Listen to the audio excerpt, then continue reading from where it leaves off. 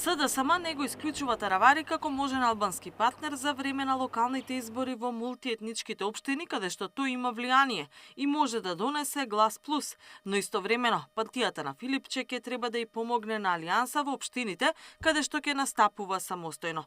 Ова, како што велат партиски извори, е можно, особено поради заладените односи на СДСМ со ДУИ.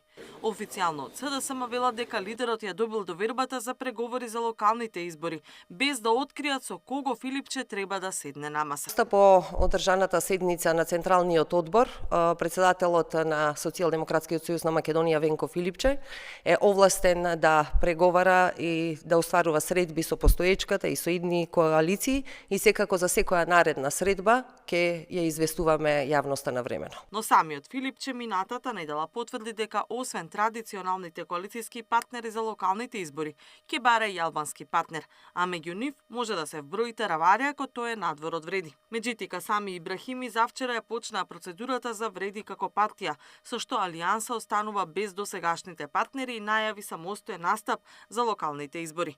Таравари вчера им честиташе на Вреди, но го чека состанокот со премиерот Мицкоски за тоа дали ќе треба да ја напушти и владата по ваквиот чекор. Од друга страна пак владеачката ВМРО-ДПМН се уште најголем дел од критиките ги упатува кон лидерот на СДСМ, обвинувајќи дека Филипче е се уште многу близок со Заев.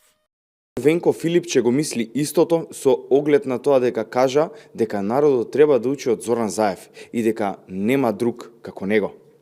Заев ги опустоши македонските национални интереси и како клован кој ги засмејуваше регионалните политичари.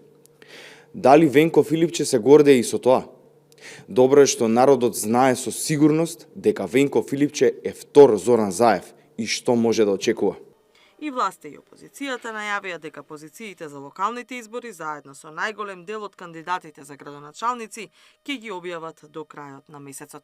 Катерина Нешкова, Сител телевизија.